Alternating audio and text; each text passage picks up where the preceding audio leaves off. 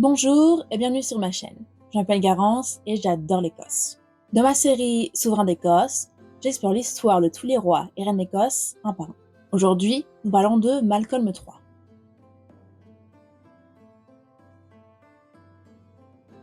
Malcolm III, aussi appelé Canmore, ce qui veut dire grosse tête, est roi d'Écosse du 17 mars 1058 au 13 novembre 1093, soit pendant 35 ans. Il naît vers 1031. Il est le fils du roi Duncan Ier. Il succède au trône à Lulac.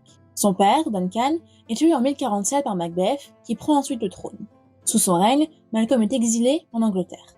Quelques années plus tard, il entreprend une expédition en Écosse. Il part donc en guerre contre Macbeth et arrive à gagner du territoire. Il tuera Macbeth en 1057. Mais ce ne sera pas Malcolm qui montera tout de suite sur le trône, mais plutôt Lulac, le beau-fils de Macbeth. Malcolm assassine Lulac en 1058 et devient roi d'Écosse. En 1059, a lieu une rencontre pacifique entre Malcolm et le roi d'Angleterre, Édouard. Les deux royaumes ont des relations compliquées et la paix n'est jamais vraiment garantie. En 1061, Malcolm lance le premier de ses raids en Northumbrie, un royaume au sud de l'Écosse. Il fait face aux Anglais qui veulent aussi conquérir ce territoire. Vers 1065, il se marie avec Ingebjorg Finsdottir, la fille de Thorfinn Sirgeson, le comte des Orcades. Ensemble, ils auront 3 enfants, Duncan, Domhnall et peut-être Malcolm. En 1066, Malcolm complote contre le nouveau roi anglais Harold Godwinson.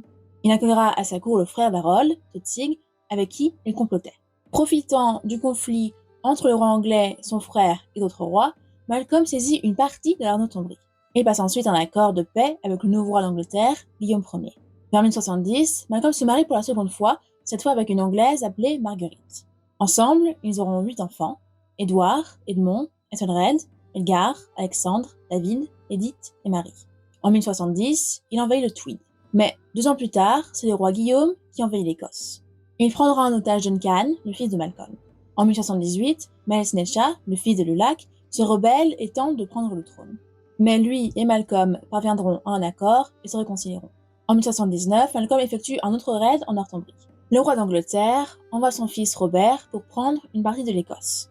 Il rentrera Malcolm dans la ville de Falkirk et le roi écossais se soumettra au roi anglais.